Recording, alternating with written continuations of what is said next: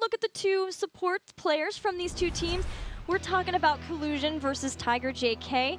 Collusion, a newer-ish support compared to Tiger JK. Collusion just converting over to that role at the beginning of this year.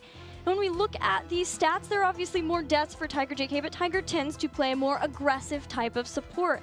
We're talking about a lot more Karazim. He's up in the front lines fighting, and Collusion played a lot more Malfurion, at least at the start of this year. Yeah, it's very true. You know, Collusion has had a brilliant transition into the support role. Yes. And the numbers represent that here. I mean, over doubling the KDA that Tiger JK has been able to bring to the table. And Tiger JK is a monster support. We've been talking about his Karazim all day. He's one of the top playmakers on Space Station. Yeah, he really is. But Collusion has been too. Ever since Collusion, there was a point I remember talking to him in an interview, and he said, my team just wants me to be more aggressive with the Twilight Dreams. If I see a good dream opportunity, they want me to go in and try to take that, even though it might be sacrificing my positioning. Channel some of that tank, like, you know, just aggression, get in there, make it happen. Yeah, the old Diablo style, maybe, exactly. of Malfurion. He would run in, drop Twilight Dreams, and that's when we started seeing just consistent 4 to 5 man Twilight Dreams. Like, he gets Malfurion and you're like, oh, this is going to be disgusting. Oh, Collusion lands these. Let's get into game 2. Team Freedom currently sits up 1-0 in this best of 5, and the next battleground is going to be Infernal Shrines. We'll have that soon. It honestly could be a pick from either of the teams. Both teams enjoy this battleground, so it could be a close fight. Yeah, especially with how much both of these teams like to run the Bruisers over just running double tank every time. Bruisers thrive on this map, and it's one of the most entertaining matchups to watch when you have like an Illidan versus a Sonya, or if you have the Malthael, you know, dancing around in the point, just jockeying for position, trying to get the right engages. That's what I really like watching on Infernal Shrines, but the potential for globals to get value is immense on Infernal Shrines, and that really may play to Team Freedom's strengths. The Malthael has been an interesting point for both of these teams because it's not the traditional player for Space Station who plays Malthael, because Space Station has a dedicated solo laner. They have Jason, who plays either the global of Dahaka or Falstad, or he plays the Malthael, whereas you would immediately look at this team and be like, oh, Equinox is going to be the Malthael player. Right. He loves his melee assassins. But then we haven't seen any Malthael at all from Team Freedom so far. I've got to ask you a question. We're talking about all these spooky characters. Where's the Leoric, Gilly? I was watching EU all day, and I'm like, dang, this character looks strong, but then we come over to the land of the NA Clown Fiestas, and I don't see any. I wondered when you would maybe pick up on that. We haven't seen nearly as much as in Europe. Team Freedom is the, I think, only team who has run it so far yesterday. But they'll There's run maybe Nova, one other. right? Yeah, that's true. Space Station does like their Nova. I think maybe one other team also ran it. Yeah, even in Death did versus Team Freedom, but just less Leoric so far. But we have yet to see all of the teams and how busted. I know there's another team that thinks it's pretty strong. We might get to see that at some point. I know my boy King Calf, as soon as he can get back on Leoric. Yeah. He was known as being one of the best Leorics back in the day. When I played on Tempo Storm, he was the one who pretty much put an end to our run mid-tournament with his perfect Leoric play. Are you talking about the sideways into with the Butcher? Canceling out the Butcher's path. One time I talked to Dread about that. He was not happy that I brought that one up on stream. You know, we don't. There's the tilt jar. We gotta bring that tilt jar. Bring it back. Just for that. You know, we're gonna talk about King Calf's Leoric, but the draft this game and the task at hand, Space Station Gaming is gonna get the Tassadar. What are they gonna pair it with here? Team Freedom keeping it standard, starting out with ETC. The Tassadar Greymane, the second time we're seeing this come out today. Equinox maybe is on a thing here where he's like, you know what, give me the Greymane. I'm feeling confident. I'm all warmed up from last game. Let's run it back. Greymane is great for Space Station Gaming because they have shown in Part 2 to have 3 different players for Greymane too, so it's a good pick for Equinox, and it's a flexible pick for the rest of them if Equinox ends up wanting to instead bring back his Kerrigan. KO's already tilted. Guys, it only took us 1 game, and we've got tilt not back. That's for Leoric, okay? Soon he may return. Kier did play him once yesterday. It was a difficult game for him. Even in Death got a lot of picks on Kier's Leoric, but I'm already looking at just 1 pick for Freedom, and I'm scared for Space Station, and that's Zugreg's ETC. Yeah, and especially ETC on this map is always the playmaker, because when you get into those situations where everybody is clumped up on the shrines, because inevitably everybody goes to the shrine point, ETC can always find those perfect engages with those vents where all the fog is. There's perfectly placed fog for ETC to get his engages. But Rhaegar and Vala are going to be the follow-up picks. Rhaegar, with his immensely high pick and involvement rate at the moment, pretty much just gets picked every single game, or somebody does something with him, and especially on Infernal Shrines, the Lightning Shield is a great tool to have because you're constantly picking up those extra Shrine Guardians when you're just standing around waiting for something to happen. Yep, Lightning Bond at level 1 helps out a lot with that too, but I'm wondering if this is Team Freedom going right back into another double support Vala, Illidan composition on Infernal Shrines. We'll have to see. SpaceStation at least doesn't want to deal with the diva of Nasmus. They were talking about it, weren't they, in the interviews there as well, talking about respecting the diva, and that's one of the characters that is pretty rare to see right now being like picked and banned. Yeah. So that's pretty cool. SpaceStation Gaming definitely giving the nod of approval. Yeah, both of those bans from SpaceStation are respect bans toward Team Freedom. Dansky's Medivh is not fun at all to deal with. It's very good. It is really good. And then Nasmus's Diva is, especially on Infernal Shrines, just too much to deal with. There are a lot of places that Team Freedom can get money explosions from her self-destruct of her mech. Team Freedom has banned Johanna. That's kind of an interesting one. Yeah, it seems like right now they're trying to sort of lock out the rest of the Warriors. Considering Diva got banned from SpaceStation themselves, Freedom's like, okay, well, you want to start banning Warriors? We'll limit the pool even more. So now with Johanna off of the field, they still have plenty of good options, I would say. But Johanna would have been a nice wave clear tool for them. We'll see what they decide to go with. Plenty of options on the table. Tassadar Greymane so far. And like you said, Medivh's not on the table as well, so that takes one away. You know, now that I'm looking at this Johanna ban with an ETC, I kind of remember the Korean casters, Wolf and G-Clef, talking about Johanna as a kind of counter to the ETC over there too. Another way of being able to stop mosh pit pretty effectively. And we know that Zagreb wants to land those 4 5-man mosh pits, but Anubarak will also help with that. Anub and Uther picked up for SpaceStation. Yeah, Anubarak should be plenty of an answer that they need, but are they going to run with just the Anubarak in the front line, or do you think they would go for another Warrior or another Bruiser? I mean, they would be very melee heavy at that point. Maybe a mage opportunity here for them to pick up to fill that last spot. So against the Rhaegar ETC, they're going to have a very hard time fighting in those melee engagements. Yes. That is a very punishing group of characters to go up against. Wow. And now you get the Sonya in the Ariel. So you get the Ariel Vala synergy, right? And then you've got the Sonya Rhaegar synergy. So you've got these two monster pairings of characters. Yeah, that is a great point. Maybe it'll even set up for how the laning phase is going to go for Team Freedom, having that double support. Team Freedom is fully on the double support train. Yes, they are. What is this final pick now for SpaceStation? I was almost like, maybe a Sonya for Sonya Tass, but with Sonya being taken by Freedom, yep, not there now. Well, you know, they could bring out the Illidan perchance. Illidan, of course, without having any CC, is very, very difficult to run into a Sonya and ETC. I doubt they would go that route.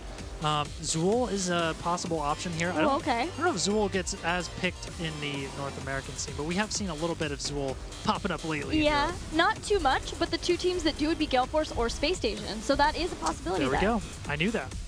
Final pick for SpaceStation. Maybe is it Equinox's Kerrigan? That's the only other thought. They already have Uther for Divine Shield. No, they're going to run Illidan. What? That is so risky. I feel like, what is Illidan going to do in these fights? Illigan. That's what we're going to Gilligan, Illigan. Sonya. You just wanted the Kerrigan, didn't you? Yeah, exactly. Still thinking about Kerrigan. But yeah, Sonya's going to hit the spear, and then you're going to have ETC follow up with the power slide. So, like, how are you going to do your dancing, flashy moves and jump around the team fight? Maybe the idea is that Illidan can just be someone to soak back and forth. Yes, he has the hunt to come in for fights, but otherwise it's about Tassadar and Greymane trying to poke around the shrines. If an opportunity presents itself, he can hunt in from there, but man, that's true. Hunt interrupt on the mosh could be your engage. That's true. Just jump right on in on that. Yeah, that would be a really, like what we've been talking about. It's a very risky approach to trying to deal with this composition. But the way I see this playing out right now, I think Illidan's going to have to commit hard to the fight, and then the Uther Divine Shield's got to be there to back him up right away. And there's going to be a lot of trust between Illidan and Uther to make sure that he's going to be able to actually get some work done in these fights, get those crucial auto attacks off while he can, and maybe they can secure themselves one of the shrines before things happen. Well, let's see how it works. We're going into Game 2 with Team Freedom up 1-0 in the series. Team Freedom is in the blue collusion. We'll be playing Rhaegar, Zugrug playing ETC. We've got Kier on that Sonya. Dansky playing Ariel, and finally Nasmus returns on Vala. And over on the other side of the battlefield, it's going to be Space Station Gaming, Tiger JK on Uther, Jason on the Greymane, Casanova on the Anubarak, Equinox playing his trusty Illidan, and Talking Tree's going to be dropping the shields there on Tassadar. It's been a while since we've seen Equinox play Illidan. In part 1, they didn't play it until, I think it was week 4, and then did bust it out versus Even in Death, did not win with it, and then it went right back into the pockets of Space Station Gaming. But it returns here. It does have the assistance of both Tassadar and Uther, so there is a lot of shielding and help behind it. But if we see a more aggressive Greymane, Illidan and Greymane may have to fight over who ends up getting the Divine Shield from Uther. There's always that awkward moment where it's like, how dare you? You gave the D shield to the other melee assassin, but I'm the best. Either way, I don't entirely believe in Space Station Gaming's comp here. I'm still very skeptical. Zugrug finding a nice little flank here. Tiger JK getting pressured out. Dansky's sitting on a full hope meter at the moment, going to top everybody else. They definitely won that trade. Space Station did get some damage done to the towers, but as we hypothesized, Team Freedom has a different setup for laning. They did send Rhaegar and Sonya up to the top lane, but now in seeing where a lot of Space Station Gaming has set up, they're making the adjustment of having the tri-lane in the bot. Rhaegar can go down with his Lightning Bond, clear out quickly the mid, because it's Uther there, right? Uther is not ideal as someone to have solo, but he'll be able to try his best to keep up with the Rhaegar, and then he'll do the same, but it's Rhaegar who goes to the top, whereas Uther's heading down to help out bot. You know, Uther's just the poor old man trying to keep up with these fast rest of his team. They're just scurrying around the map, and he's stuck behind wave clearing. But Tiger JK is hanging out with Jason here in mid, making sure that they aren't going to miss any of that soak. And we're seeing like the supports are being the rotators. They're the ones that are jumping off to the side lanes, looking for the opportunities to get the kill. Kier, wow, taking a lot of damage, surprisingly, from Equinox in those towers. Oh, they had plenty of ammo. Good night, Illidan. And the spray comes out as Illidan goes down. First blood taken by Team Freedom as the Shrine gets ready to start. We've got just 2 to 4, so it's really anyone's Shrine at this point, but not a full devotion to this. There's still Uther or Rhaegar sitting up at the top lane. Kira went back after being able to claim that first blood, and now he's going to start rotating in. You know what I think happened there is actually the focused attack procced on him right after the spear. He got the perfect timing where he didn't hit the evasion, so he had the full combo with a couple shots from the tower. Yeah. And that was just like an instantly erased Illidan there. It was pretty incredible. But this combo coming in doing a lot of damage. Casanova's going to get taken out right away, and Equinox is going to be able to make the trade. So Sonya is falling, and that's our big frontliner. Equinox needs to be careful here not to fall. He barely gets out of there, but Zugrug cleans him up with the power of rock, and now they're going to be able to control the Shrine here. Team Freedom, they've done a really good job of sticking together as a team, punishing Illidan whenever he tries to jump in, and I thought it was going to be over for them after they lost Sonya there, but they were able to pull it together. So did I. The evasion was really well timed so that Equinox could get back, and there is just so much auto attack damage from Team Freedom that the evasion is going to be great for an Illidan in the fights, but Sonya is kind of working into where she has more of the damage. She's probably going to have Poison Spear at level 7, going off of the build that we already have, and then Vala's moving into a multi-shot build this time to complement Dansky on his Ariel. Well, Space Station Gaming down here at bottom, they've got to be feeling pretty comfortable. They took down this Punisher with minimal losses. Meanwhile, though, on the rest of the map, the tail is not so clean. They are falling pretty far behind here now, just over a full level lead behind. But they're going to do what they can to recompose here, and as long as they can get level 7, I mean, the situation isn't really dire yet. Equinox keeps getting himself in trouble up here in top lane, man. He's underestimating those shields and those focused attack procs. Wait a second, the turnaround, I spoke too soon, or did I? Well, it was an amazing bait, but unfortunately, Kier knew exactly what he had to do. If I'm going to go down, I'm not going down without taking somebody with me. You can see the Poison Spear doing a lot now for Kier, that he's picked that up, that extra poison damage that ticks in, ticks away. 2 kills in the top lane from Space Station, rotating in, trying to get a pick on that Sonya, and the whole time, Team Freedom have just been dealing with what they need to on the rest of the battleground, clearing up the mercenary camps, and maybe even getting a kill on Jason. Close. All right, Casanova just jumps in, says, sup the Beatles here, get out of here. And it's going to be Team Freedom just backing off. And you got to wonder what's been going so right for Team Freedom this game. And I think a lot of it comes down to the control that they have, the amount of stuns that they have, and that on top of the lightning shields being thrown out on these melees, punishing so many members. Like, Uther can only hold like one target. He's having a very hard time just keeping up with all of this damage. Those task shields seem to be just melting away under the pressure of those lightning shields. Yeah, and because of that, we even see the Kala's Light giving armor instead of Kala's Embrace, for hoping that you have shields up for a long time for the lifesteal. Instead, just knowing that there's way too much burst damage. You've got Poison Spear build from Sonya. Vala is there too with her Hungering Arrows, and then the Lightning Shields. They're going to be bursted down way too fast, so instead we'll just try to get the armor off of that and hopefully get a kill in that meantime. Yeah, there's got to be a lot of people cringing when they see Tassadar picking up the armor rather than the lifesteal when you have an Illidan on your team. But if you think about it, there's so much lockdown that most of the time Illidan's not going to be able to get those crucial auto attacks to get the lifesteal anyways. So it does kind of make sense when you think about it that way. Another Shrine, another Sonya sitting on top of it in Space Station, not feeling confident trying to contend with Team Freedom being this close to heroic abilities. It's just going to take their damage elsewhere. They're sieging in the bottom lane. They have Jason for that doing well. They've even caught a Zugrug who power slides his way through Jason, avoids the Impale, and is trying to get back behind the gate. Equinox is there, jumping over it, still providing damage, but Collusion comes in just in the nick of time. Ooh, they're so low right now, stepping away from this fight, and meanwhile, Team Freedom has Sonya just easily cleaning up. Cure just a happy little campier up on the top lane. He's going to get the rest of these skulls, and that's going to be a free Punisher up there on the top. Space Station not able to make the play that they wanted to there on bottom, and because of that, they weren't able to catch up on EXP the way they wanted to as well. They were hoping that if they got that fort on bottom, they'd be able to get themselves level 10 and actually have a fighting chance at stopping the push. Oh, I'm pretty scared here now because this is a team without heroic abilities, and Freedom is rotating in, seeing if they can catch anybody from Space Station in the mid. Cure comes in, Wrath the Berserker popped, Rain of Vengeance follow up after the Mosh. Mosh still has caught one, Range of Vengeance. Make sure to take down Illidan. Team Freedom rotates in time to get a kill from that push. Uther could only save one there with the cleanse, and he decided it was going to be Greymane, who's the range DPS that can do a lot more damage to cleaning up Immortals. So kind of does make sense for the Punisher. Sorry, sometimes I mix up my Diablo maps. But Team Freedom... We all do. Yeah. Team Freedom gets the fort in mid, and they're just going to back out, taking a nice little chunk of experience with them, keeping the lead in their favor. But with the heroics now, I'm curious to see if it changes how these fights have been going. We do have Metamorphosis over the Hunt. Oh, nice. Okay. What do you think of that? I mean, on the one hand, we were talking about that Hunt could be a good interrupt for the mosh pit, but on the other side, it's like, you know, Metamorphosis is going to give him a huge health boost to keep him alive when they're fighting on the Shrine. I don't know. I'm surprised to see it, but then again, if he metamorphoses in and then he gets the Divine Shield, he's going to be able to do a lot of work. Yeah, definitely leans toward what we have known from Space Station, which is more of a team fight focus.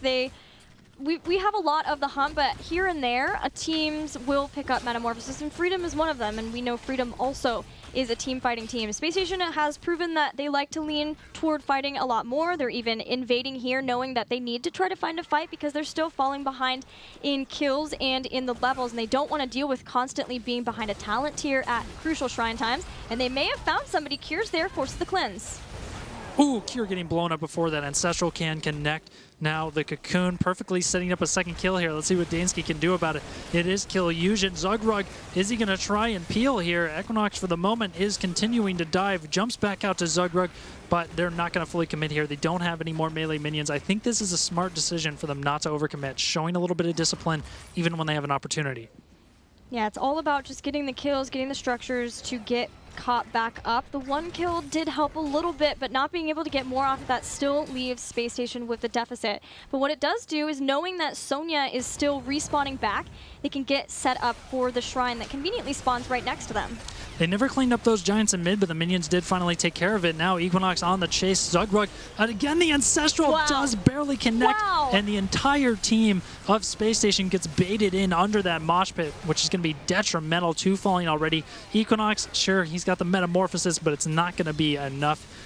Or will it? Let's see if he can actually get anything done here with the Divine Shield. A trade there onto Nasmus, nicely done, and you gotta credit Space Station Gaming here with the brawling that they're doing, making sure to at least get one kill. Yeah, they did finally take down Nasmus, and Equinox is staying very healthy thanks to the Uther, but finally the blinds, Cure chasing down Talking Trees with the Poison Spear, gets that kill, Illidan dies, and yes, Space Station Gaming continued their brawl in, and they did take out Nasmus, But the problem now is with those 2 late kills, the staggered deaths, whereas everyone else from SpaceStation would be back at this point, ready to help deal with Team Freedom, maybe try to get back in on the Shrine. Now it's long enough that Team Freedom will be able to clean up the rest of the Shrine before all of SpaceStation can get caught up with this situation. So we have Cure picking up the life funnel talent there at level 13. So he's going to be incredibly sustaining in these fights. Already they're having a hard time dealing with him. It's shown that SpaceStation Gaming, if they do find the right target and start locking in those stuns, they have the kill potential to finish somebody off. But with that life funnel now giving him the extra healing, it's going to be that much harder because everyone from SpaceStation Gaming just sort of jumps and piles right on top of the target they're trying to kill. And if that's Sonya, the spin and win's going to heal him up. Yeah, and the brawling of SpaceStation is always very targeted. It's been Nasmus both games, and they nearly get the kills on that Vala. And in fact, they did get it there, and that was the trust of SpaceStation with the double support and Equinox that they could still get that kill. It's just the handling of afterward that Team Freedom were able to get, but if they can continue to somehow cut through the double support, you know, use the cocoon the way they did on Collusion and make sure that Ancestral Healing's not there, force Ariel away, there may still be a possibility here, but they've got to deal with this first. The damage there on Casanova coming out so fast, but that's going to be the mosh pit there catching Uther, so nobody's getting the heals that they crucially need. Equinox barely gets off the Metamorphosis to stay alive for a few more seconds, and even though it was SpaceStation that got the first kill, now they're finding themselves in a lot of trouble here. Killusion falls as well, though. The chase is on Tiger JK, surely to fall, but that's going to just mean he's going to be healing in spirit form, keeping Equinox moving forward, and now that most of the members are dead, he's going to actually be able to clean up. The brawler himself, Illidan, just taking down the rest of Team Freedom as much as he can, at least, the last man standing. The meta and then the Divine Shield follow-up was so good from SpaceStation, but Team Freedom held their composure, even losing Vala early on. It seemed problematic when you think about the fact that this is a Vala Ariel composition. Watch out for those cocktails, please. Yep, that's the late game cocktail for you, almost taking down Zugrug, a close one. But the Divine Shield was so good to follow up. Dansky switched over the crown to Cure, and Dansky now, and the way that new Ariel is you've got Energized Quartz, so you could see him trying to stutter step as Ariel so that she could continually just build up her own hope, so that even though Rhaegar fell, Rhaegar was taken out, Vala was gone, you would think that this composition should fall apart. It goes to show you, new Ariel can hang and give herself the hope necessary enough to try to keep up with the fight, even if the other support, even if her normal hope target is the one that goes down first. Yeah, absolutely. All right, SpaceStation Gaming, they're going to try and force the issue again. Another attempt, but Zugrug finds the power slide just in time to peel everyone. Nasmus laying down the beautiful red carpet there, keeping himself going. The D-Shield does come out on Equinox, but it might be a little bit too late here. The Metamorphosis going off. He's staying in the fight. Tiger JK in melee range, going to drop into the spirit form, throwing a couple last heals, but SpaceStation Gaming just can't seem to secure the kills versus that double support. Man, it is all about can Nasmus stay alive or not, and the rest of the team has this beautiful dance of peeling for Nasmus and taking down other members one by one. Illidan is almost always the last man standing. Talking Trees is that this time, but before that it was Illidan. They don't focus so much on Illidan that everyone else dies, but they still make sure to keep Illidan off, and Vala just stays strong in there, kiting back and forth, putting in damage enough to help out with Ariel and give the heals, and then when necessary, Aegis and Ancestral never overtimed with each other. Team Freedom are playing this double support so incredibly nicely. Yeah, it really becomes like a battle of peeling. It does. Yeah. It really feels like that. And it's all, you can see SpaceStation recognize Vala is the target. We're trying to take out Vala. They cocoon a support. They go after Vala, but it's, if they can't do it right away, and it's the same as last game, right? Things start to fall apart. It's a roller coaster of emotion when you watch Dansky's health in these fights and Nasmus as he's trying to kite back, throwing down those Rain of Vengeances, but the heals just keep coming out between Ariel and Rhaegar, and it's so much healing that, you know, we don't have a hunt this game, so it's not like they can just lock down one target and get the quick kill. Instead, they have to try and play that slow team fight game, and it's just proving to be too difficult for them to find those trades. I mean, if they were going to go the Metamorphosis route and they were going to go for these long team fights, I'm surprised they didn't go for the Lifesteal Shield. Yeah, that's true, but maybe they're just trying to play to the hands of Team Freedom slightly. Mosh Pit, as soon as Dansky comes out to protect him out of that Aegis, is again perfectly placed, but Team Freedom are falling quite low in health. Equinox continually putting on the pressure of this double support backline with the Nasmus. Zugrug is a dirty monster in these fights. He just keeps peeling every time and dropping those moshes exactly where he needs to.